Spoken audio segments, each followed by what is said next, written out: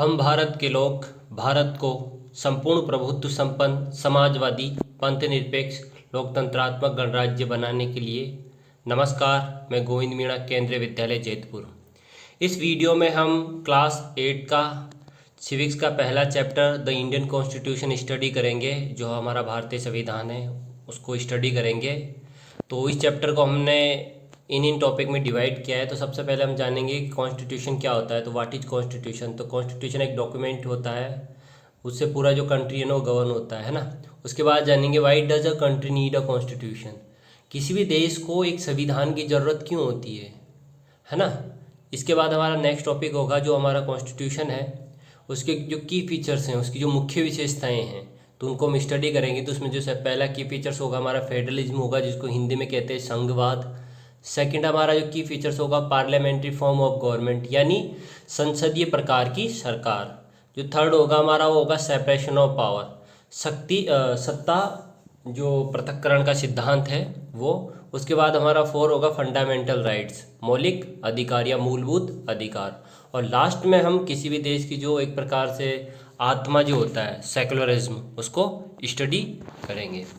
तो सबसे पहले मैं आपको एक बात ये है कि जब भी आप वीडियो को देख रहे हैं ना, तो वीडियो के साथ आपको आपके टेक्स्ट बुक रखनी है, क्योंकि जितने भी ये टॉपिक है ना इसमें सारे ये जितने भी टॉपिक है ना ये टेक्स्ट बुक के हिसाब से ही हैं। तो और दूसरा, जैसे कोई भी डिस्क्रिप्शन बॉक्स हो जो रिटर्न में लिखा हुआ होता है, तो उसको आप वीडियो को पॉज करके और देख लिया करो। ये हमारे केंद्रीय विद्यालय जैतपुर के जो बच्चे हैं, होनहार बच्चे हैं, उन्होंने ये डिफरेंट जो इंडियन कॉन्स्टिट्यूशन की जो प्रियम्बल है उसको डिज़ाइन किया है। और ये इस चैप्टर से रिलेटेड जो ड्राइंग्स और पेंटिंग है उनको बनाया है क्लास 8 के बच्चों ने। देखो हमारा जो पहला टॉपिक है व्हाट इज कॉन्स्टिट्यूशन। तो देखो कॉन्स्टिट्यूशन जिसे आयन कहते हैं या संविधान कहते हैं, तो एक प्रकार का डॉक्यूमेंट होता है, एक दस्तावेज होता है, जिससे जो पूरी कंट्री है, जो पूरा नेशन है या पूरा देश है वो गवर्न होता है, रूल होता है। उसमें किस तरीके से जो स्टेट, देखो पॉलिटिकल साइंस में स्टेट का मतलब कंट्री होता है, नेशन होता है। जो स्टेट वर्ड है ना वो पॉलिटिकल साइंस में राज्य के लिए या प्रांत के लिए नहीं किया जाता यूज उसका, प्रोविंसेस का, जैसे इंडिया में है इसका यूज किया जाता है एक कंट्री के लिए। तो देखो जो कॉन्स्टिट्यूशन होता है ना वो रूल होता है, जो कि स्टेट को किस तरीके से उसका पॉलिटिकल ऑर्गेनाइजेशन होगा, किस तरीके से उसमें पॉलिटिकल ऑर्डर होगा, किस तरीके से उसमें राजनीतिक व्यवस्था होगी, इसको कौन बताता है, कॉन्स्टिट्यूशन। तो देखो जो कॉन्स्टिट्यूशन है ना वो बताता है कि गवर्नमेंट की पावर्स क्या हैं, मतलब उनकी जो पावर्स क्या है, वो किस तरीके से गवर्नमेंट अपना वर्क करेगी। ये भी किस में होता है, कॉन्स्टिट्यूशन में। इसके अलावा देखो जो कॉन्स्टिट्यूशन है ये सबसे जो जरूरी चीज़ है ना, जो सिटीजन होते हैं उनके लिए राइट जो होते हैं ना, फंडामेंटल राइट, उनको इंश्योर करता है।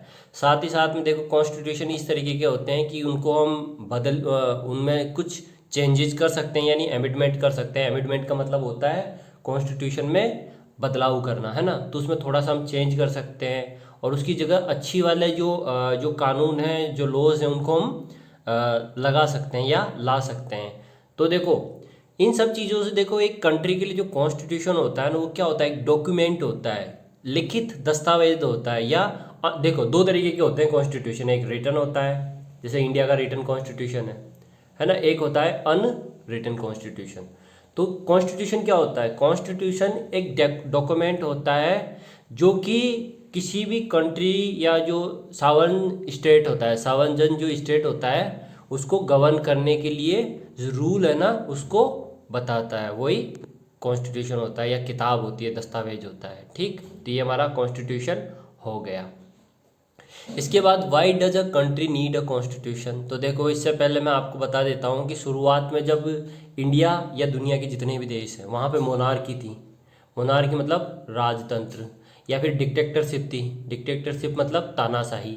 तो इससे क्या होता था, जब तक मोनार्क है या डिक्टेटरशिप है तो उससे क्या होता था, लोगों को अधिकार नहीं मिलते थे या राइट्स नहीं मिलते थे। और जो सरकार होती थी ना हमेशा लोगों को पार्टिसिपेशन नहीं देती थी, यानी कि जो रिप्रेजेंटेशन होता है ना किसी भी पॉलिटिक्स में वो नहीं मिलता था। तो उससे क्या होता था कि एक फिक्स रूल नहीं है। तो कंट्री में इस व्यवस्था को समाप्त करके, जैसे इंडिया आज़ाद हुआ, इंडिया आज़ाद होने के बाद हमने एक कॉन्स्टिट्यूशन बनाया और उसी कॉन्स्टिट्यूशन से जो हमारा जो देश है उसमें हमने क्या स्थापित की, डेमोक्रेटिक गवर्नमेंट। तो डेमोक्रेटिक गवर्नमेंट को चलाने के लिए हमें कॉन्स्टिट्यूशन की ज़रूरत होती है ना। जो किसी भी डेमोक्रेटिक कंट्री के अंदर जो सिटीजन है उनको राइट्स देने के लिए हमें कॉन्स्टिट्यूशन की ज़रूरत होती है। गरीबों के लिए कोई भी पॉलिसी वर्क या फिर कोई भी जो प्रोग्राम हमें इम्प्लीमेंट करना है तो कॉन्स्टिट्यूशन के हिसाब से ही चलता है। यानी कि किसी भी कंट्री के अंदर जो पॉलिटिकल लीडर्स भी होंगे, यानी जो पॉलिटिकल लीडर्स होंगे या फिर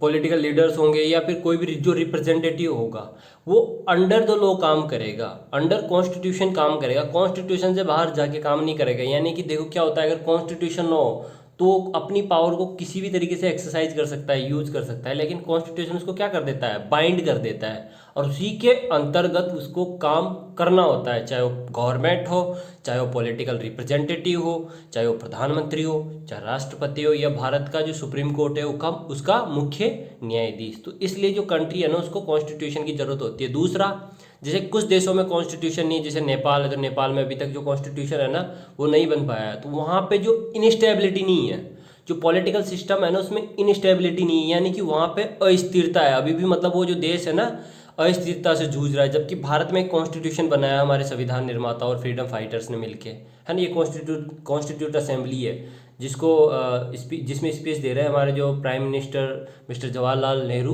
वो एड्रेस कर रहे हैं। तो इसने एक कॉन्स्टिट्यूशन बनाया, उससे हमारी जो कंट्री है ना वो चलती है, हमारी डेमोक्रेटिक सरकार चलती है और हमारे देश में स्टेबिलिटी है। तो इस तरीके से जो है ना जो कॉन्स्टिट्यूशन है ना बहुत ज़रूरी चीज़ होती है। इसके अलावा ये कहते हैं कि in a democracy the constitution also ensure that democratic group does not use it is power against other less powerful people और ग्रुप्स। अब देखो जो कॉन्स्टिट्यूशन ये भी इंश्योर करता है, जैसे आपको मैं एक चीज़ बताता हूँ, एक होती है मेजोरिटी, एक होती है माइनॉरिटी।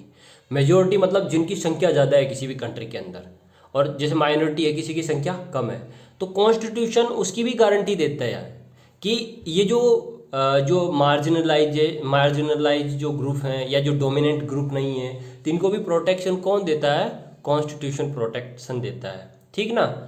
यानी कि कॉन्स्टिट्यूशन सभी लोगों को इक्वलिटी भी देता है, ठीक। या फिर किसी प्रकार का जो डिक्टेटर जो रूल होता है उसको भी बाइंड करता है, या फिर जो पॉलिटिकल पार्टी होती है ना उनके लिए भी एक प्रकार से जो जैसे क्या होता है कि जैसे मान लो कुछ देश है ना वहाँ पर जो कॉन्स्टिट्यूशन है ना वो पॉलिटिकल पार्टीज को इलेक्शन लड़ने की इजाज़त नहीं देता। जैसे चाइना है, चाइना का जो कॉन्स्टिट्यूशन है ना उसमें सिंगल पार्टी सिस्टम है उस कॉन्स्टिट्यूशन के हिसाब से। लेकिन जो इंडियन कॉन्स्टिट्यूशन है उसमें कई सारी जो पॉलिटिकल पार्टीज है ना वो इलेक्शन में कंटेस्ट कर सकती है, इलेक्शन जीत सकती है, जीतने के बाद वो गवर्नमेंट को फॉर्म कर सकती है। तो एक प्रकार का बहुत बड़ा जो कॉन्स्टिट्यूशन क्या होता है, कहीं सारे जो रूल्स रेगुलेशन प्रोविज़न लॉज और दूसरे जो कानून नियम होते हैं उनका एक दस्तावेज होता है, एक डॉक्यूमेंट होता है जो किसी भी कंट्री में डेमोक्रेटिक गवर्नमेंट को किस तरीके से चलना है उसकी गाइडलाइन देता है। और इसी कारण से कॉन्स्टिट्यूशन की किसी भी कंट्री को ज़रूरत होती है, ठीक। इसके बाद देखो इंडियन नेशनल मूवमेंट, देखो इंडियन नेशनल मूवमेंट से मतलब हमें ये समझना है कि जो भारत था, जब हम इस साल सिक्स क्लास में हमने एंशिएंट हिस्ट्री पढ़ी, 7th क्लास में हमने क्या बोलते हैं मेडिवल हिस्ट्री पढ़ी। अब जैसे हम 8th क्लास में आए तो हम पढ़ेंगे मॉडर्न हिस्ट्री को। तो मॉडर्न हिस्ट्री में जो है ना वो होगा टाइम मुगल एम्पायर के बाद का टाइम, और जो ब्रिटिश रूल है भारत में किसने कब्जा कर लिया था, ब्रिटिशर ने। तो ब्रिटिशर को जब हम भारत से बाहर निकालेंगे, जो भारत से भगाएंगे उनको, तो उसका जो पूरा हिस्ट्री है ना इस साल हम 8th क्लास में उसको स्टडी करेंगे इसी साल, ठीक। तो उसी को जो इंडियन नेशनल मूवमेंट क्या है, भारतीय स्वतंत्रता आंदोलन, यानी कि भारत में से किस तरीके से ब्रिटिश रूल को उखाड़ के फेंका गया है। तो देखो जो इंडियन कॉन्स्टिट्यूशन है उसको बनाने के लिए जैसे भारत आज़ाद हुआ 1947 में, या तो एक कॉन्स्टिट्यूट असेंबली का गठन किया गया, यानी संविधान सभा का निर्माण किया गया जो कि क्या करेगी, इंडिया का कॉन्स्टिट्यूशन डिज़ाइन करेगी, उसको बनाएगी। तो देखो इससे रिलेटेड कुछ फैक्ट है, जैसे कॉन्स्टिट्यूट असेंबली को 1946 में बनाया गया था 6 दिसंबर। इसमें जो टोटल मेंबर्स थे वो 299 थे, और देखो उसमें से कितना सा रिप्रेजेंटेशन है महिलाओं का, ओनली 14%, है ना। इसके जो ड्राफ्टिंग कमेटी थी उसके जो चेयरमैन थे वो भीमराव अंबेडकर थे। देखो ड्राफ्टिंग कमेटी का ही सबसे बड़ा रोल था कॉन्स्टिट्यूशन को बनाने में। तो ये ड्राफ्टिंग कमेटी के जितने भी मेंबर हैं ना उनकी फ़ोटो है। इसके अलावा इसके जो संविधान सभा थी उसके जो अध्यक्ष थे वो डॉक्टर राजेंद्र प्रसाद जी थे। और इसको देखो पूरा जो हमारा कॉन्स्टिट्यूशन बनाना उसको टाइम लगाया 2 साल 11 महीने 17 दिन। इतने समय में हमारा कॉन्स्टिट्यूशन बन के तैयार हुआ। और जो कॉन्स्टिट्यूट असेंबली थी इसने कॉन्स्टिट्यूशन बनने के बाद इसको सबमिट किया नवंबर 1949 को। और देखो ये जो लोगो है ना इस तरफ, ये कॉन्स्टिट्यूट जो असेंबली थी हमारे देश की उसका लोगो है। इसमें अच्छा एक चीज़ है, जैसे इसमें पाकिस्तान भी आ रहा है इस लोगों में। तो देखो क्या हुआ था कि जब शुरुआत में जब कॉन्स्टिट्यूट असेंबली को बनाया गया था ना तब पाकिस्तान अलग नहीं हुआ था 1946 में, पाकिस्तान बाद में अलग हुआ था। तो ये पहले का लोगो है। तो शुरुआत में जो मेंबर भी थे ना इसके वो 389 थे टोटल, लेकिन जब पाकिस्तान अलग हो गया तो फिर 299 ही मेंबर रह गए। इसके बाद आता है हमारा इंडियन कॉन्स्टिट्यूशन। तो देखो एक इंट्रोडक्शन देख लेते हैं हमारे इंडियन कॉन्स्टिट्यूशन का। तो देखो सबसे पहले जो हमारा कॉन्स्टिट्यूशन उसको अडॉप्ट किया गया 26 नवंबर 1949 को। अडॉप्ट मतलब अंगीकृत किया गया था, यानी स्वीकार किया गया था। मैक्सिमम जो प्रोविजन थे ना वो इसी दिन इम्प्लीमेंट कर दिए गए थे हमारे संविधान के। फिर इसके बाद जब इसको पोर्स किया गया यानी इसको जब लागू किया गया तो वो तिथि थी 26 जनवरी 1950। इसी दिन हमारा गणतंत्र दिवस होता है। तो देखो हमारा जो कॉन्स्टिट्यूशन है ना दुनिया का सबसे लॉन्गेस्ट रिटन कॉन्स्टिट्यूशन है, यानी कहीं ज़्यादा इसमें प्रोविज़न है, कई सारे लॉज है। और ये किसी भी सावन कंट्री जो होती है ना वर्ल्ड की उसमें सबसे बड़ा कॉन्स्टिट्यूशन है। देखो सावन जो कंट्री होती है ना संप्रभु राष्ट्र, उसका मतलब ऐसा राष्ट्र होता है जो जहाँ पे इंडिपेंडेंट पीपल रहे, जिसमें किसी भी दूसरी कंट्री का रूल ना हो। जैसे कि इंडिया 1947 के पहले सावन कंट्री नहीं था, यानी संप्रभु राष्ट्र नहीं था, क्योंकि वहाँ पे कौन रूल करता था, ब्रिटिशर। लेकिन 1947 के बाद भारत क्या बन गया, एक सावन कंट्री यानी संप्रभु राष्ट्र बन गया। इस प्रकार से देखा जाए तो हमारे संविधान में एक उद्देशिका है जो प्रियम्बल ये बच्चों ने बनाई थी, ये रही। तो हमारे संविधान की एक ही उद्देशिका है जो है we the people of India, या हम भारत के लोग। तो ये एक प्रियम्बल है। 25 पार्ट्स हैं इसके। पूरा जो संविधान है ना 25 पार्ट्स में था, लेकिन जब संविधान को बनाया गया था ना तब 22 ही थे, 3 पार्ट्स न्यू ऐड किए हैं। आज वर्तमान में 448 आर्टिकल्स है, लेकिन शुरुआत में कितने थे, 395। जब संविधान को लागू किया था इस तारीख के दिन कितने थे, 395। 12 शेड्यूल है, जबकि शुरुआत में कितने थे, 8 शेड्यूल। और अभी तक 23 मार्च 2020 तक टोटल 115 संविधान संशोधन हो चुके हैं, अमेंडमेंट हो चुके हैं, चेंज हो चुके हैं हमारे संविधान में। तो देखो जो डॉक्टर भीमराव अंबेडकर, उनको जो फादर ऑफ इंडियन कॉन्स्टिट्यूशन भी कहा जाता है। और देखो इन्होंने जो शेड्यूल कास्ट थी या फिर जो नीची जाति के जो लोग थे उनके लिए उनको एक बहुत ही बड़ा मूवमेंट चलाया था। और हमारे देश के जो संविधान के जो father of the Indian constitution है वो कौन है, डॉक्टर भीमराव अंबेडकर। इसके बाद देखो हमारा जो नेक्स्ट टॉपिक है वो है द इंडियन कॉन्स्टिट्यूशन की फीचर्स, यानी हमारे संविधान की जो मुख्य विशेषताएं वो क्या क्या है। तो देखो हमारे संविधान की जो पहली मुख्य विशेषता है या फीचर्स है वो क्या है, फेडरलिज्म। फेडरलिज्म मतलब संघवाद, इसको भी डिटेल से पढ़ेंगे। सेकंड है हमारा पार्लियामेंट्री फॉर्म ऑफ गवर्नमेंट, यानी संसदीय प्रकार की सरकार। थर्ड है हमारा सेपरेशन ऑफ पावर, शक्ति पृथक्करण, है ना। थर्ड है हमारा, फोर है हमारा फंडामेंटल राइट्स, और लास्ट है हमारा सेकुलरिज्म।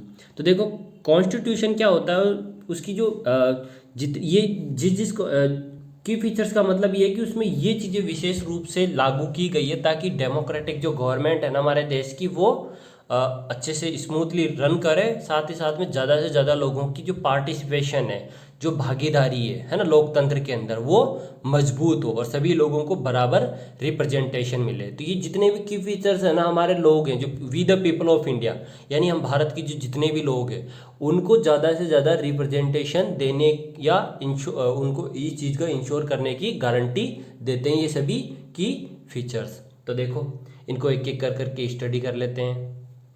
देखो सबसे पहला हमारा फेडरलिज्म। तो देखो फेडरलिज्म का मतलब होता है कि ऐसी गवर्नमेंट या ऐसी पॉलिटिकल ऑर्डर या पॉलिटिकल सिस्टम या ऐसा गवर्नमेंट सिस्टम जिसमें दो या दो से ज़्यादा टू और more than two tier level government होती है ना, यानी दो या दो से ज़्यादा लेवल की गवर्नमेंट होती है, वो कहलाता है फेडरलिज्म या संघवाद। देखो कैसे, जैसे हमारे देश की एक पूरे देश की एक गवर्नमेंट है जो कि यूनियन गवर्नमेंट या सेंट्रल गवर्नमेंट है, दूसरी हमारी स्टेट गवर्नमेंट है जो कि किसी स्टेट की गवर्नमेंट है ना। 28 स्टेट है अभी हमारे वर्तमान में, तो उसकी 28 स्टेट की गवर्नमेंट है। साथ ही साथ में एक हमारे तो तीसरा लेवल की गवर्नमेंट भी है जो कि लोकल लेवल गवर्नमेंट है, यानी कि जहाँ पे दो टायर लेवल गवर्नमेंट होती है, टू टाइप लेवल की जो गवर्नमेंट होती है उसको क्या बोलते हैं, फेडरलिज्म। अब देखो आपको मैं एक चीज़ बताता हूँ, 6 क्लास से लेके आपने 8th क्लास जो अभी पढ़ रहे हो 8th में आपने फेडरलिज्म को ही पढ़ा है। जैसे आपने 6th क्लास में जब आप थे तो आपने लोकल गवर्नमेंट को पढ़ा था, पंचायती राज को, और जो अर्बन एडमिनिस्ट्रेशन उसको पढ़ा था। फिर जब आप 7th में आए तो आप स्टेट गवर्नमेंट को स्टडी किया था, जो हेल्थ से रिलेटेड किस तरीके से जो स्टेट गवर्नमेंट है वो हेल्थ वर्क का काम करती है, जो उसका फॉर्मेशन होता है क्या होता है, स्टेट गवर्नमेंट को आपने 7th में पढ़ा था। जब आप अब जैसे अभी साल आप 8th में हो तो आप पढ़ोगे सेंट्रल गवर्नमेंट। तो फेडरलिज्म क्या होता है, ऐसा पॉलिटिकल सिस्टम, ऐसा गवर्नमेंट सिस्टम जिसमें दो टायर से या दो लेवल से ज़्यादा लेवल की गवर्नमेंट होती है। जैसे कि इसमें एक होती है नेशनल गवर्नमेंट जो कि पूरे कंट्री की गवर्नमेंट होती है, उसको पूरे देश को गवर्न करती है, तो उसको कहते हैं हम सेंट्रल गवर्नमेंट। जैसे भारत में दिल्ली में जो सरकार है, हमारी देश की सरकार है, जिसका हेड कौन होता है, प्राइम मिनिस्टर, है ना। सेंट्रल गवर्नमेंट का हेड कौन होता है, प्राइम मिनिस्टर। उसी तरीके जो सेकंड लेवल की गवर्नमेंट है हमारी, वो डिफरेंट स्टेट की गवर्नमेंट है, तो उसका हेड कौन है, हमारे चीफ मिनिस्टर। तो 28 चीफ मिनिस्टर है हमारे देश में, है ना। इसके अलावा लास्ट है लोकल सेल्फ गवर्नमेंट। तो इस तरीके से फेडरलिज्म को हमने जाना, यानी संघवाद को हमने जाना। देखो ये जो फेडरलिज्म है ना, 9th क्लास और 10th क्लास का इम्पोर्टेंट टॉपिक है और CBSE का हॉट टॉपिक है। इसमें से कई सारे क्वेश्चन आपको 9th और 10th में फिर दोबारा मिलेगा। और जो पूरा फेडरलिज्म के 2 चैप्टर है 9th में, और 10th में भी 2 चैप्टर हैं फेडरलिज्म के, ठीक। तो ये फेडरलिज्म हो गया हमारा, जहाँ पे 2 या 2 से ज़्यादा लेवल की गवर्नमेंट होती है, वो क्या होता है, फेडरलिज्म या संघवाद। इसके बाद हमारे जो सेकंड की फीचर्स है वो पार्लियामेंट्री फॉर्म ऑफ गवर्नमेंट है, यानी हमारी जो गवर्नमेंट है ना उसमें एक पार्लियामेंट होगी, और जो पार्लियामेंट है उस पार्लियामेंट में जो मेंबर होंगे, मेंबर ऑफ पार्लियामेंट, जिन्हें हम MP भी कहते हैं या सांसद कहते हैं, वो लोगों के द्वारा चुन के भेजे जाएंगे, इलेक्ट करके भेजे जाएंगे, डायरेक्ट रिप्रेजेंटेशन लोगों का वो करेंगे। देखो पार्लियामेंट्री फॉर्म ऑफ गवर्नमेंट में सबसे खास बात यही है कि देखो जो डेमोक्रेसी होती है क्या होती है, by the people, for the people, to the people, यानी सोर्स ऑफ पावर कौन है, पीपल, नागरिक, आवाम, जनता। पावर किसके पास है, जनता के पास। तो जनता तो देखो किसी भी पॉलिटिकल इंस्टीट्यूशन को चला नहीं सकती, तो उसके द्वारा जो इलेक्टेड मेंबर होते हैं, जो रिप्रेजेंटेटिव होते हैं, जो प्रतिनिधि होते हैं, वो गवर्नमेंट को चलाते हैं। तो पार्लियामेंट्री फॉर्म में क्या है कि भारत का जो प्रत्येक व्यक्ति जो वोट देगा, वोट देने के बाद वो जिस लीडर को चुनेगा, तो वो लीडर कहाँ पे जाएगा, हमारे देश की पार्लियामेंट में। तो पार्लियामेंट में वो जो MP जाएगा, जो रिप्रेजेंटेटिव जाएगा, वो किसके लिए कानून बनाएगा, भारत की जनता के लिए। वो किसके लिए जवाबदेह होगा, भारत की आवाम के लिए। वो किसके लिए अकाउंटेबल होगा, भारत के सिटीजन के लिए। जैसे आपने क्लास 7th में जो कांता देवी की स्टोरी थी, पहले ही चैप्टर में थी हमारी ऑन इक्विलिटी में, तो उसमें आपने देखा था कि किस तरीके से वो एक प्रकार से देखा जाए तो वो जो सोशली भी बैकग्राउंड क्लास से थी और इनकम भी उसकी काफ़ी कम थी, बट फिर भी वो वोटिंग राइट उसका उतना ही था जितना एक टीचर का था, एक डॉक्टर का था, एक इंजीनियर का था, एक बिजनेसमैन का था, एक किसी करोड़पति व्यक्ति का था। उनकी एक ही लाइन थी, आपको याद हो तो लाइन में खड़ी थी कांता देवी और उसके साथ कई सारे लोग खड़े थे। तो क्या है, उससे सभी लोगों को रिप्रेजेंटेशन मिल जाता है, किस फॉर्म में, पार्लियामेंट्री फॉर्म में। जबकि देखो अमेरिका में जो फॉर्म है ना, प्रेसिडेंशियल सिस्टम है, वहाँ पर राष्ट्रपति जो प्रणाली है, वहाँ पे राष्ट्रपति होता है, मेन पावर, है ना। इसके बाद हमारा है नेक्स्ट सेपरेशन ऑफ पावर। तो इसको हिंदी में कहते हैं शक्ति का पृथक्करण। अब देखो पहले इस चीज़ को समझ लेते हैं कि सेपरेशन ऑफ पावर होता क्या है। देखो मैं आपको एक एग्जांपल देता हूँ। हम जब 9th क्लास में जाएंगे ना, तो पहला चैप्टर हिस्ट्री में हमारा होगा फ्रेंच रिवॉल्यूशन। कौन सा चैप्टर होगा, फ्रांस की क्रांति। तो उसमें एक रूलर होता है फ्रांस का, जिसका नाम है लुई 14। क्या नाम होता है उसका? लुई 14। तो कहता है I am the state, I am the country और आई एम द किंग। मतलब उसका मतलब है कि जो मैं चाहूँगा वही होगा, यानी कि मैं ही फ्रांस के लिए कानून बनाऊंगा, मैं ही फ्रांस के कानूनों को लागू करूंगा और मैं ही फ्रांस के लोगों को न्याय दूंगा। यानी कि उसने जितनी भी पावर है फ्रांस की, किसके हाथ में ले रखी है? खुद के हाथ में, यानी वही सबसे पावरफुल हो गया। लेकिन जब किसी एक व्यक्ति के हाथ में सारी शक्ति होती है, सारी पावर होती है, तो फिर वो चाहे पॉलिटिकल सिस्टम हो, चाहे गवर्नमेंट हो, चाहे परिवार हो या फिर कोई भी चीज़ हो, वो सही तरीके से नहीं चलता। तो हमारे जो कॉन्स्टिट्यूशन मेकर थे वो इस चीज़ को जानते थे कि अगर हमने सारी पावर एक ही इंस्टीट्यूशन में रखी या एक ही ऑर्गेनाइजेशन में रखी या एक ही गवर्नमेंट के हाथ में रखी, तो हमारा जो डेमोक्रेसी है, हमारा जो देश है, वो सही तरीके से रन नहीं कर पाएगा। तो हमने जो फ्रांस के ही कॉन्सेप्ट को उठाया, जो सेपरेशन ऑफ पावर का जो कॉन्सेप्ट है ना, वो फ्रांस से ही आता है। जब हम 9th क्लास में जाएंगे ना, तो 9th में फ्रेंच रिवोल्यूशन में जो फ्रेंच रिवोल्यूशन है ना, उसमें एक फ़ायदा ये होगा, उसका जो परिणाम है ना, उसमें क्या होगा? सेपरेशन ऑफ पावर का कॉन्सेप्ट। तो हमने फ्रांस से ये कॉन्सेप्ट उठाया। और भारत में जो संसद है या भारत की जो सरकार है, उसके 3 अंग है। जो भारत की गवर्नमेंट है ना, इंडियन गवर्नमेंट, उसके कितने अंग है या कितने ऑर्गन है? 3 ऑर्गन, जिसमें पहला ऑर्गन है लेजिस्लेचर, जिसको हिंदी में कहते हैं विधायिका, जो कि काम करती है कानून बनाने का, लॉ मेकिंग का। दूसरा ऑर्गन है हमारा, या सरकार का दूसरा अंग है एग्जीक्यूटिव, जिसे कहते हैं हिंदी में कार्यपालिका, जो क्या काम करती है? पॉलिसी को या जो रूल बनते हैं, जो कानून बनते हैं, उसको इम्प्लीमेंट करती है, यानी वो कार्य करती है। ठीक। लास्ट में हमारी जुडिशरी। अगर किसी भी प्रकार का डिस्प्यूट होता है या फिर किसी को न्याय देना है, तो वो काम कौन करती है? जुडिशरी, यानी कि न्यायपालिका। तो हमारे देश में 3 सरकार के अंग है, लेजिस्लेचर, एग्जीक्यूटिव और जुडिशरी। पर इसमें सबसे खास बात क्या है? इसमें सबसे खास बात यही है कि ये जो तीनों है ना, ये जो तीनों है, ये अपने अपने ही काम करती है। यानी कि जो लेजिस्लेचर है वो अपना काम करेगी कानून बनाने का, जो एग्जीक्यूटिव है वो पॉलिसी और कानून को लागू करने का काम करेगी, और जुडिशरी जो है वो न्याय देने का काम करेगी। न्याय देने का काम कभी भी जो लेजिस्लेचर है ना, वो नहीं करेगी, और कानून बनाने का काम कभी भी कौन नहीं करेगी? जुडिशरी। यानी कि जिसको जो काम मिला है ना, जुडिशरी को जो काम मिला है संविधान के तहत, कॉन्स्टिट्यूशन के तहत, जुडिशरी वही काम करेगी, न्यायपालिका। जो काम एग्जीक्यूटिव को मिले हैं, एग्जीक्यूटिव वही काम करेगी हमारे संविधान के तहत, और लेजिस्लेचर भी वही काम करेगी। तो इससे क्या है? तीनों जो ऑर्गन है हमारी गवर्नमेंट के, हमारे इंडियन कॉन्स्टिट्यूशन में जो तीनों गवर्नमेंट की ब्रांचेज या ऑर्गन है, उसमें क्या है? बैलेंस ऑफ पावर है। यानी कि तीनों के बीच में जो शक्ति है उसका संतुलन बना हुआ है। क्योंकि हमने कौन सा कॉन्सेप्ट अपनाया हमारे डेमोक्रेसी में? Separation of power. तो देखो, सेपरेशन ऑफ पावर जो है ना, उसका काम यही है। तो आप देखो इसमें जैसे लेजिस्लेचर है ना, तो उसमें कौन होते हैं? रिप्रेजेंटेटिव होते हैं, किसके? जनता के द्वारा इलेक्टेड। तो क्या बनाते हैं? रूल बनाते हैं, किसके लिए? पूरे देश के लिए।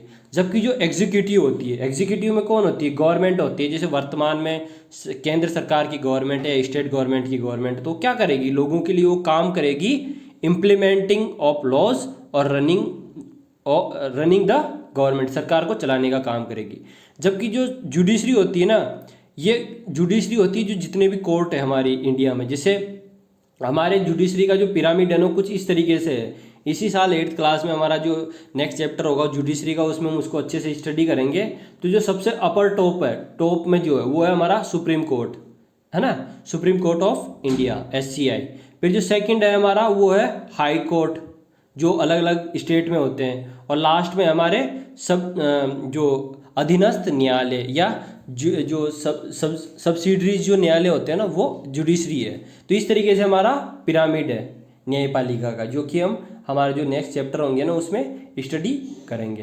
तो इस तरीके से सेपरेशन ऑफ पावर क्या हुआ? शक्ति का पृथक्करण क्या हुआ? ऐसी व्यवस्था जिसमें एग्जीक्यूटिव अपना काम करेगी, जुडिशरी अपना काम करेगी और लेजिस्लेटिव अपना काम करेगी, किसके अकॉर्डिंग? बाय कॉन्स्टिट्यूशन, यानी अंडर कॉन्स्टिट्यूशन। कॉन्स्टिट्यूशन से बाहर जाके काम नहीं करेगी और एक दूसरे के काम में कभी भी इंटरफेयर नहीं करेगी। यानी अगर देखो, न्यायपालिका का जो कोर्ट है ना, कभी भी कानून नहीं बना सकता, उसी तरीके जो लेजिस्लेटिव जो ये जो विधायिका है, लेजिस्लेटिव है, ये कभी भी न्यायपालिका का काम नहीं कर सकती थी। ये हो गया हमारा सेपरेशन ऑफ पावर या शक्ति पृथक्करण। इसके बाद है हमारा, अच्छा ये, हाँ ठीक है ना। तो ये हमारी क्लास जो 8th क्लास की बच्ची है उसने बनाया है, लीजा ने, जो कि आर्ट डिपार्टमेंट के सहयोग से बनाया है। उसके बाद ये बनाया है प्रीत अकबरी जो बच्चा है उसने बनाया है। इसने भी वही जो उसी तरीके से जो सेपरेशन ऑफ पावर है ना उसको इंडिकेट किया है कि जो लेजिस्लेचर है ना वो जो रूल मेकिंग का काम करेगी। रूल मेकिंग का एक प्रकार से डिपार्टमेंट होगा लेजिस्लेचर, जबकि रूल जो इम्प्लीमेंट करने का काम कौन है, जो रूल इम्प्लीमेंट का काम करेगी एग्जीक्यूटिव, यानी कि एग्जीक्यूटिव क्या काम करेगी, रूल मेकिंग का। जबकि जो जुडिशरी है वो क्या काम करेगी, न्याय प्रदान करने का काम करेगी। तो इससे क्या बने रहेगा, तीनों जो हमारे गवर्नमेंट के ऑर्गन या जो तीनों होंगे उसमें क्या बने रहेगा, the balance of power between all 3 organ. इसके बाद है हमारा जो 4 की फीचर्स है वो फंडामेंटल राइट्स, जिसको कहते हैं मौलिक अधिकार। देखो, फंडामेंटल राइट्स किसी भी सिटीजन या किसी भी देश के नागरिक को गारंटी होती है सुरक्षा की, उसकी सेफ्टी की गारंटी होती है, उसकी सिक्योरिटी की गारंटी होता है फंडामेंटल राइट्स। अगर किसी भी कंट्री के अंदर फंडामेंटल राइट्स नहीं है तो डेमोक्रेसी नहीं हो सकती है। कैसे?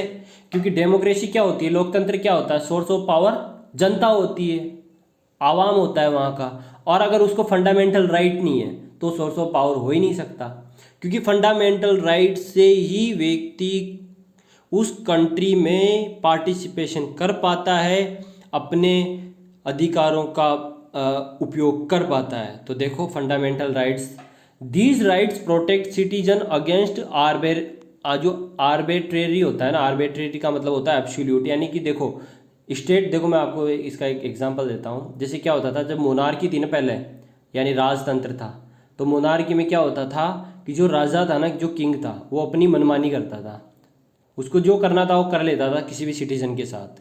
तो क्या थी, जो गवर्नमेंट थी ना या जो पॉलिटिकल सिस्टम था, जो किंग था वो पावरफुल था, और जो जनता थी या जो उस समय पे प्रजा थी या जो सब्जेक्ट था वो कमज़ोर था, क्योंकि राजा पावरफुल था, क्योंकि जनता के पास क्या नहीं थे, फंडामेंटल राइट्स। तो मर्जी जो राजा को जो करना होता था ना वो कर लेता था। लेकिन जब फंडामेंटल राइट्स मिले तो जो गवर्नमेंट है वो क्या हो गई, बाइंड हो गई, यानी कि अब वो किसी भी फंडामेंटल का उल्लंघन नहीं कर सकती, उसको अंडर कॉन्स्टिट्यूशन ही जो लोग हैं उसको सुरक्षा देनी है। इसके अलावा जो देखो जो फंडामेंटल राइट्स होते हैं ना, ये जो माइनॉरिटीज़ होती है, माइनॉरिटीज़ को भी सुरक्षा प्रदान करती है किसी भी कंट्री में। अब आप कहोगे कि ये माइनॉरिटीज़ क्या होती है, इनको सुरक्षा की क्यों ज़रूरत है? तो देखो मैं आपको बताता हूँ। किसी भी कंट्री के अंदर जिनकी संख्या कम होती है, किसी भी रिलीजन की संख्या कम है या उस कास्ट की संख्या कम है, तो उसको हम कहेंगे माइनॉरिटी। मेजॉरिटी जिसकी संख्या सबसे ज़्यादा है। तो क्या होता है कि जो डेमोक्रेसी होती है ना उसमें फर्स्ट कास्ट वोट सिस्टम होता है, वोटिंग सिस्टम होता है, यानी कि जिसको जितने ज़्यादा वोट मिले ना वही विनर होगा, वही विजेता होगा। अब मान लो मेजोरिटी के लोग ज़्यादा हैं, एक ही धर्म के लोग, तो वो क्या करेंगे, अपने कैंडिडेट को जिता देंगे, और माइनॉरिटी के कैंडिडेट हार जाएंगे। तो उनको जो गवर्नमेंट है उसमें तो पार्टिसिपेशन मिला ही नहीं, तो पार्टिसिपेशन नहीं मिलेगा तो फिर ये जो माइनॉरिटी वाले हैं इनका तो शोषण होगा, इनके खिलाफ तो इनको तो मतलब रिप्रेजेंटेशन नहीं मिलेगा, इनको जो काम मिलना चाहिए वो भी नहीं मिलेगा।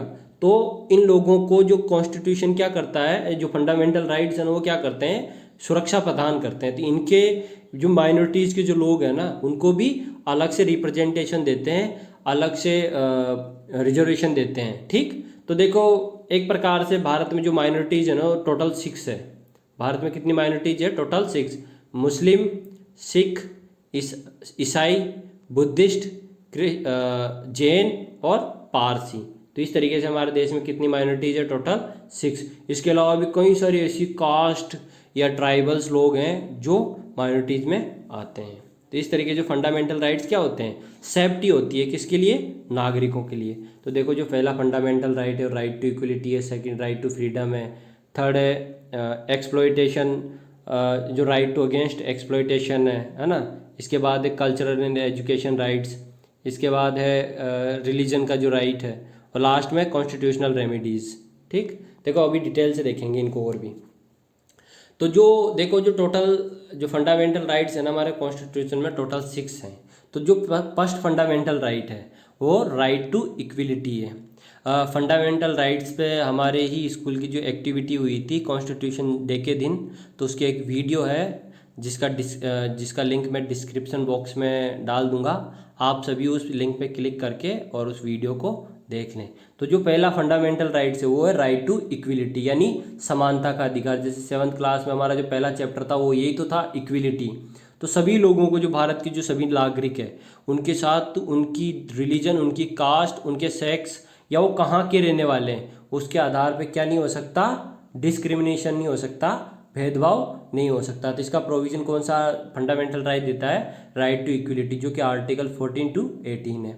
इसके बाद जो सेकंड हमारा जो फंडामेंटल राइट्स है वो है राइट टू फ्रीडम, यानी स्वतंत्रता का अधिकार, जो कि 19 to 22 है, जो कि सभी लोगों को भारत में कहीं भी रहने का, है ना, अपनी बात को कहने का, किसी भी ऑक्यूपेशन को करने का या प्रोफेशन करने का या बिजनेस करने का अधिकार देता है भारत में।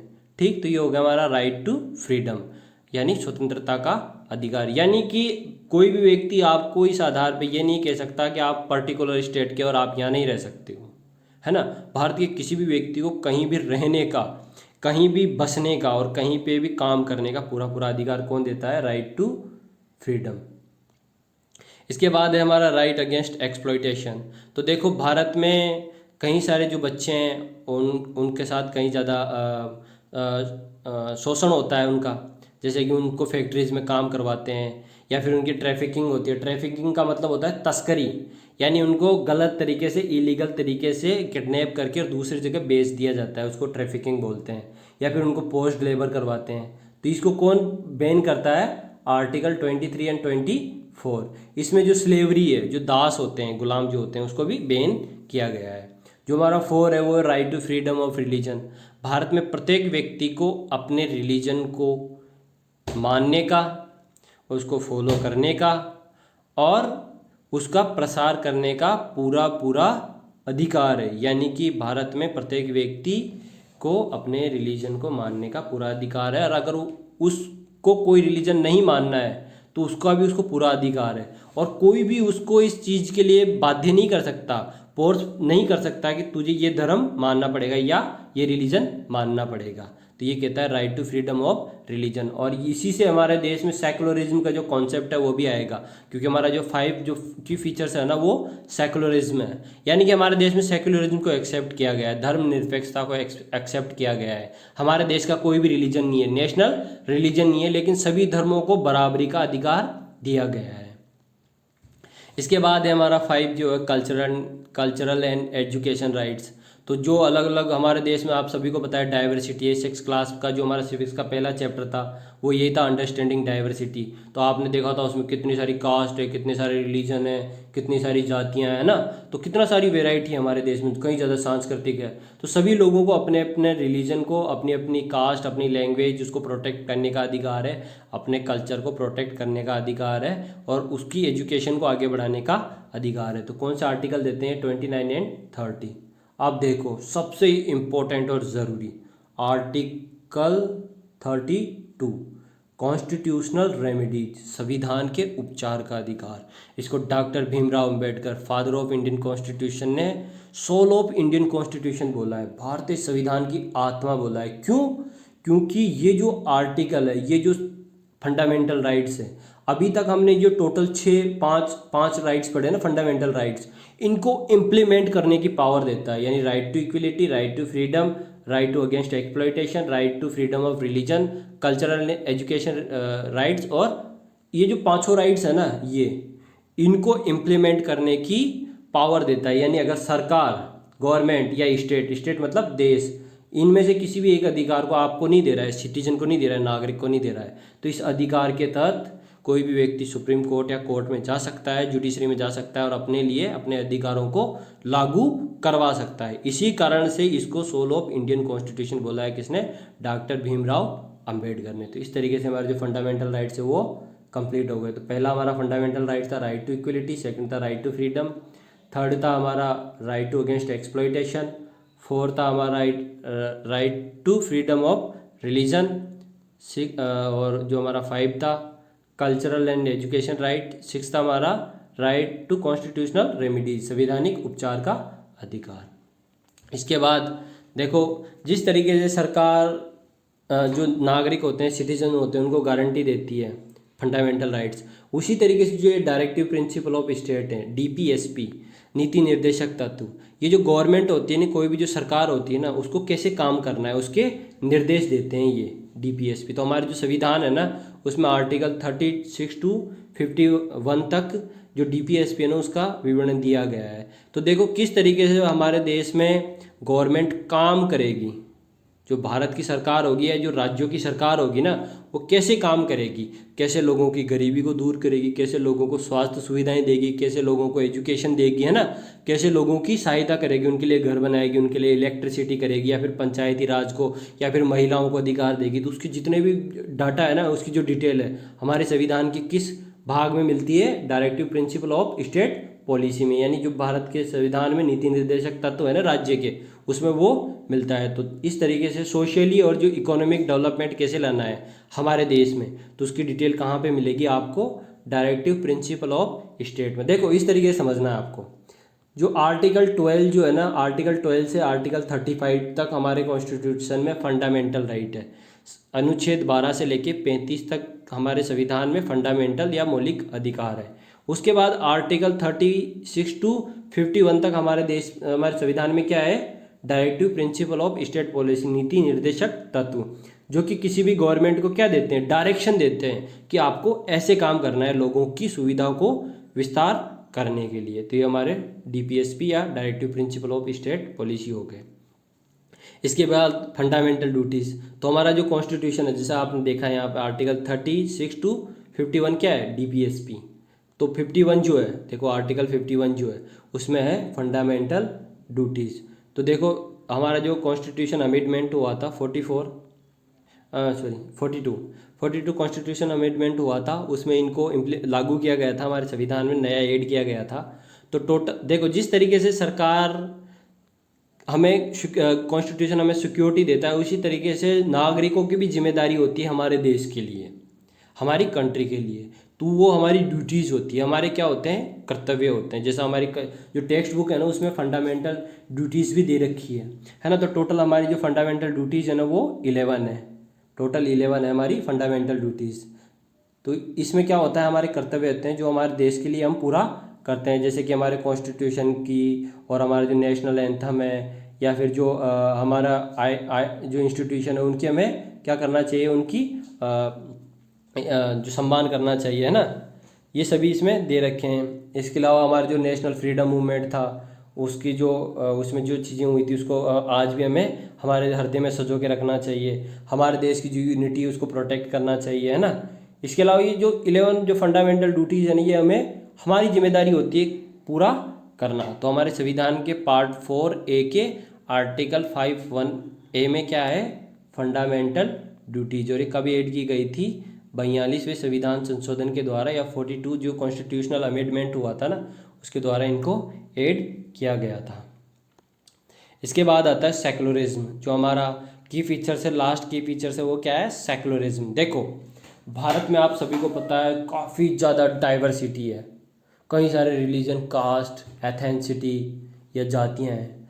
तो भारत का जब कॉन्स्टिट्यूशन बन रहा था, तो भारत के जो कॉन्स्टिट्यूशन और जो फ्रीडम फाइटर थे ना, उन्होंने कहा कि भाई हमारे देश में तो इतनी ज़्यादा डाइवर्सिटी है, इतनी ज़्यादा विविधता है, तो देश का रिलीजन तो हम किसी को बना ही नहीं सकते।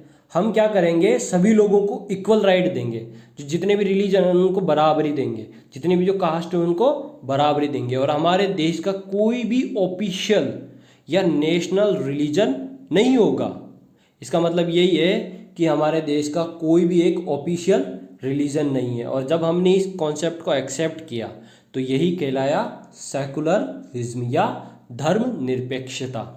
तो धर्मनिरपेक्षता या सेकुलरिज्म से आप क्या समझोगे, कि हमारे देश का कोई भी ऑफिशियल रिलीजन नहीं है, कोई भी आधिकारिक धर्म नहीं है, यानी हमारे देश का कोई भी नेशनल रिलीजन नहीं है, बल्कि हमारे देश में सभी रिलीजन और जो सभी धर्म हैं, सभी जो मान्यताएं, उनको इक्वल राइट दिया है, उनको बराबरी दी है, और सभी लोगों को अपना अपना रिलीजन भी फॉलो करने की आज़ादी दी है। तो यही होता है सेकुलरिज्म का कॉन्सेप्ट, है ना। तो इस तरीके से हमारा जो सेकुलरिज्म, देखो जो सेकुलरिज्म की जो पावर है ना वो कहाँ से आती है, हमारा ये जो फंडामेंटल राइट्स है ना, फंडामेंटल राइट्स में जो हमारा ये देखो ये right to freedom of religion, सभी को अपने अपने जो धर्म है ना उसको मानने की पूरी पूरी आज़ादी। तो यहाँ से जो सेकुलरिज्म है ना उसका कॉन्सेप्ट आता है। और जब हम 9th और 10th में जाएंगे तो सेकुलरिज्म के हमारे अलग से पार्ट होंगे, जबकि 10th में देख हमारा पूरा जो चैप्टर है ना वो सेकुलरिज्म का होगा। तो सेकुलरिज्म हमारे लिए काफ़ी इम्पोर्टेंट है, यानी कि हमारे देश में हिंदुज़्म, जैनिज़्म, बुद्धिज़्म, सिखिज़्म, इस्लाम या फिर क्रिश्चियनिटी या फिर जो पारसी हैं, उनको उनमें से किसी भी रिलीजन को हमारे देश का आधिकारिक धर्म नहीं बनाया गया है, रिलीजन नहीं बनाया गया है नेशनल, बल्कि हमने सबको इक्वल पार्टिसिपेशन दिया है। देखो डेमोक्रेसी की सबसे खास बात होती है लोकतंत्र की, उसमें सबको बराबरी दी जाती है। और जहाँ पे बराबरी नहीं होगी, जहाँ पे इक्वलिटी नहीं होगी, जहाँ पे इक्वल अपॉर्चुनिटी नहीं होगी, वो डेमोक्रेसी भी नहीं हो सकती। तो डेमोक्रेसी की डेफिनेशन क्या है, जहाँ पे सबको बराबरी हो। देखो मेजोरिटी का मतलब आप सभी को पता है, इसे जहाँ पे जिसकी किसी भी पर्टिकुलर पॉपुलेशन ज़्यादा और जबकि माइनॉरिटी किसी पर्टिकुलर व्यक्ति की पॉपुलेशन कम हो। जैसे मैं आपको इसका एक एग्जांपल देता हूँ, केस स्टडी करते हैं। जैसे जम्मू कश्मीर है, जम्मू कश्मीर में जो मुस्लिम रिलीजन या मुस्लिम धर्म को जो मानने वाले लोग हैं उनकी पॉपुलेशन ज़्यादा है, तो वहाँ पे जो मुस्लिम है ना वो किस में है, मेजॉरिटी में है। लेकिन मुस्लिम पॉपुलेशन भारत के दूसरे जो स्टेट हैं वहाँ पे कम है, तो बाकी जगहों में जो मुस्लिम पॉपुलेशन है वो क्या है, माइनॉरिटी में है। जबकि जम्मू कश्मीर में जो दूसरी धर्म को मानने वाले लोग हैं वो क्या है, माइनॉरिटी में। जबकि भारत के दूसरे पार्ट है, जैसे हिंदू हुए, हिंदू रिलीजन को मानने वाले लोग दूसरे पार्ट में मेजोरिटी में है, लेकिन जम्मू कश्मीर में माइनॉरिटी में है। तो देखो हमारे कॉन्स्टिट्यूशन में भी कहा गया है, हमारी मानवता भी कहती है, हमारा सेकुलरिज्म का कॉन्सेप्ट भी कहता है कि व्यक्ति चाहे मेजोरिटी में हो चाहे माइनॉरिटी में हो, उनको मिलजुल के रहना चाहिए, एक दूसरे की मदद करनी चाहिए, एक दूसरे की कल्चर का, संस्कृति का सम्मान करना चाहिए। तो ये हमारा सेकुलरिज्म का 5 की फीचर्स हो गया। तो इस तरीके से जो हमारा चैप्टर है उसको हमने डन किया है ना। तो एक बार हम चैप्टर का रिवीजन कर लेते हैं, उसके बाद वापस लास्ट स्लाइड में आएंगे। तो देखो ये जो स्लाइड है इसमें हमारे जो बच्चे हैं उन्होंने जो पेंटिंग बनाए, ड्राइंग बनाए और जो बना के मुझे भेजे, उसी के आधार पे मैंने चैप्टर बनाया है। तो उन सभी बच्चों का बहुत बहुत धन्यवाद। साथ ही साथ में जो आर्ट डिपार्टमेंट है, आर्ट डिपार्टमेंट का भी बहुत बहुत धन्यवाद। ये जो प्रीएम्बल ऑफ द कॉन्स्टिट्यूशन है इसके जो बहुत अच्छे डायग्राम बनाए इन बच्चों ने, इनका धन्यवाद। सबसे पहला जो टॉपिक था वो था व्हाट इज कॉन्स्टिट्यूशन। तो कॉन्स्टिट्यूशन क्या होता है, कॉन्स्टिट्यूशन इज अ डॉक्यूमेंट, उससे रूल करता है कोई भी नेशन या कंट्री। तो हमने कॉन्स्टिट्यूशन को जाना, कॉन्स्टिट्यूशन की ज़रूरत क्यों होती है। तो देखो किसी भी कंट्री को चलाने के लिए, उसके पॉलिटिकल सिस्टम को चलाने के लिए, उसकी गवर्नमेंट को चलाने के लिए किस चीज़ की ज़रूरत होती है, कॉन्स्टिट्यूशन की। साथ ही साथ में कॉन्स्टिट्यूशन क्या इंश्योर करता है, सभी लोगों को फंडामेंटल राइट्स इंश्योर करता है। उसके बाद जो हमारा था इंडियन नेशनल मूवमेंट। तो देखो इंडियन नेशनल मूवमेंट्स इस साल हम 8th क्लास की जो हिस्ट्री की जो टेक्स्ट बुक है उसमें पूरे चैप्टर में हम इंडियन नेशनल मूवमेंट को ही पढ़ेंगे। उसके बाद हमने जाना था कॉन्स्टिट्यूट असेंबली को। तो कॉन्स्टिट्यूट असेंबली ने ही हमारे देश का संविधान बनाया। कॉन्स्टिट्यूट असेंबली को फाउंड किया गया था 6 दिसंबर 1949 को। इसमें टोटल मेंबर्स थे 299, जबकि महिलाएं जो थी काफ़ी कम थी, यानी जेंडर इक्वलिटी काफ़ी वहाँ पे इनइक्वलिटी थी। इसकी जो ड्राफ्टिंग कमेटी थी उसके चेयरमैन कौन थे, डॉक्टर भीमराव अम्बेडकर ये रहे। और देखो कॉन्स्टिट्यूशन जो मेन जिसको बनाया है ना वो ड्राफ्टिंग कमेटी ने ही बनाया था, इन सभी मेंबर्स का ही सबसे बड़ा रोल था इसमें, ठीक। इसके बाद जो प्रेसिडेंट थे कॉन्स्टिट्यूशन असेंबली के वो थे डॉक्टर राजेंद्र प्रसाद जी। इसको बनने में समय लगा 2 साल 11 महीने 17 दिन, ठीक। तो इसके बाद हमने जाना था भारतीय जो कॉन्स्टिट्यूशन है, हमारा जो संविधान है, हमारा जो आयन है जिससे हमारा देश चलता है, तो उसके बारे में जाना। तो इसको अडॉप्ट किया गया था 26 नवंबर 1949। ये लागू हुआ था 26 जनवरी 1950 को। ये दुनिया का सबसे लंबा लिखित संविधान है। इसमें एक प्रीएम्बल है, 25 पार्ट्स हैं, 448 आर्टिकल्स है, 12 शेड्यूल है, 185 अमेंडमेंट अभी तक हो चुके हैं। और हमारे कॉन्स्टिट्यूशन का फादर किसको बोलते हैं, डॉक्टर भीमराव अम्बेडकर को। इसके बाद हमने द इंडियन जो कॉन्स्टिट्यूशन थे उसके की फीचर स्टडी किए थे। तो जो पहला की फीचर्स है वो हमारा फेडरलिज्म है। फेडरलिज्म ऐसा कॉन्सेप्ट होता है जिसमें दो या दो से ज़्यादा लेवल की गवर्नमेंट होती है। उसके बाद हमने पार्लियामेंट्री फॉर्म ऑफ गवर्नमेंट को जाना, जहाँ पे सभी लोगों को इक्वल पार्टी रिप्रेजेंटेशन मिलता है, उसको क्या बोलते हैं, पार्लियामेंट्री फॉर्म ऑफ गवर्नमेंट बोलते हैं। उसके बाद हमने सेपरेशन ऑफ पावर को जाना। सेपरेशन ऑफ पावर में क्या होता है, जुडिशरी, एग्जीक्यूटिव और लेजिस्लेटिव अंडर कॉन्स्टिट्यूशन, कॉन्स्टिट्यूशन के हिसाब से अपने अपने काम करते हैं, एक दूसरे के काम में इंटरफेयर नहीं करते हैं, जिससे क्या होता है गवर्नमेंट का जो काम है ना वो आसान हो जाता है, और उससे जो पावर है ना बैलेंस पावर है ना गवर्नमेंट के जो तीनों ऑर्गन है उसमें भी बैलेंस बना रहता है। इसके बाद हमने जो 4 की फीचर्स था फंडामेंटल राइट्स जाना। तो टोटल फंडामेंटल राइट्स हमारे 6 हैं।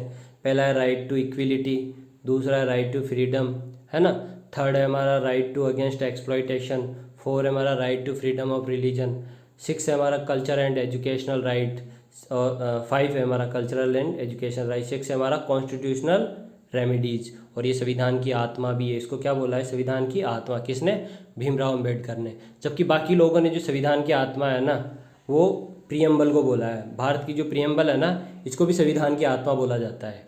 तो इसको दूसरे लोगों ने तो संविधान की आत्मा बोला है, लेकिन जो भीमराव अम्बेडकर है ना उन्होंने संविधान की आत्मा किसको बोला है, कॉन्स्टिट्यूशन का जो हमारा 32 आर्टिकल है ना कॉन्स्टिट्यूशनल रेमेडीज उसको बोला है। इसके बाद हमने DPSP जाने, directive principle of state policy, राजनीति निर्देशक तत्व, इससे गवर्नमेंट कैसे काम करना है गवर्नमेंट को उसकी गाइडलाइन इनमें मिलती है। इसके बाद हमने फंडामेंटल ड्यूटीज़ को जाना। फंडामेंटल ड्यूटीज़ लोगों के कर्तव्य होते हैं किसी भी देश के लिए, उस नेशन के लिए, उस कंट्री के लिए, जो उसको पूरा करना चाहिए। और एक संविधान के कौन से पार्ट में है, पार्ट 4A में और आर्टिकल 51A में। इसके बाद हमने सेकुलरिज्म का कॉन्सेप्ट जाना, धर्मनिरपेक्षता का। तो देखो हम भारत के लोग, we the people of India, जब हम भारत के लोग करते हैं तो हम भारत के लोग होते हैं, हम किसी रिलीजन के लोग नहीं होते हैं। हम हिंदू नहीं हैं उस समय, हम मुस्लिम नहीं हैं, हम सिख नहीं हैं, हम ईसाई नहीं, हम क्या है, हम भारत के लोग हैं। हमारी कॉमन फीलिंग है वो, हम भारत के लोग जब बोलते हैं तो वो जो हम भारत के लोग हैं ना उसमें भी सेकुलरिज्म है। जो हमारी उद्देशिका है ना हमारे संविधान की, वो कई सारी चीज़ों का एक्सप्लेन करती है ना। तो ये सेकुलरिज्म का मॉडल हमने जाना, यानी हमारे देश का कोई भी नेशनल रिलीजन नहीं है। इसके बाद देखो ये हमारे देश का नेशनल एंथम है, राष्ट्रगान है, जिसको गुरुदेव रविंद्रनाथ टैगोर ने लिखा था। और आपको एक और चीज़, गुरुदेव रविंद्रनाथ टैगोर ने भारत का ही संविधान नहीं, उन्होंने बांग्लादेश का भी राष्ट्रगान लिखा था। गुरुदेव रविंद्रनाथ टैगोर ने भारत का ही राष्ट्रगान नहीं, बांग्लादेश का भी राष्ट्रगान लिखा था। तो ये जो जन गण मन अधिनायक, इसका मतलब क्या होता है, जो जन और गण और जो मन है ना, यानी भारत के जो लोग हैं वही भारत के अधिनायक है। अधिनायक मतलब रूलर, अधिनायक का मतलब क्या होता है, रूलर। यानी भारत के जो जन और जो गण और जो मन है ना, जो भारत के लोग हैं वही भारत के अधिनायक, वही रूलर है। तो इसका मतलब ये होता है। और लास्ट में हम भारत के लोग, जैसा कि हम सब जानते हैं, we the people of India. तो इस तरीके से हमने इस चैप्टर में जो स्टडी थी उसको पूरा किया। और इसके साथ मैं आपको इस वीडियो के साथ एक वीडियो का लिंक डिस्क्रिप्शन बॉक्स में दूंगा, जिसमें जो भारत की विदेशिका है, जो भारत की प्रेम्बल है कॉन्स्टिट्यूशन की, उसको हमारे केंद्रीय विद्यालय जैतपुर के सभी टीचरों ने मिलके असेंबल करके बनाया था। तो आप सभी का बहुत बहुत धन्यवाद, बहुत बहुत आभार। हम भारत के लोग भारत को एक संपूर्ण प्रभुत्व संपन्न समाजवादी पंथनिरपेक्ष गणतंत्रात्मक लोकतंत्रात्मक राज्य बनाने के लिए तथा उसके समस्त नागरिकों को नमस्कार।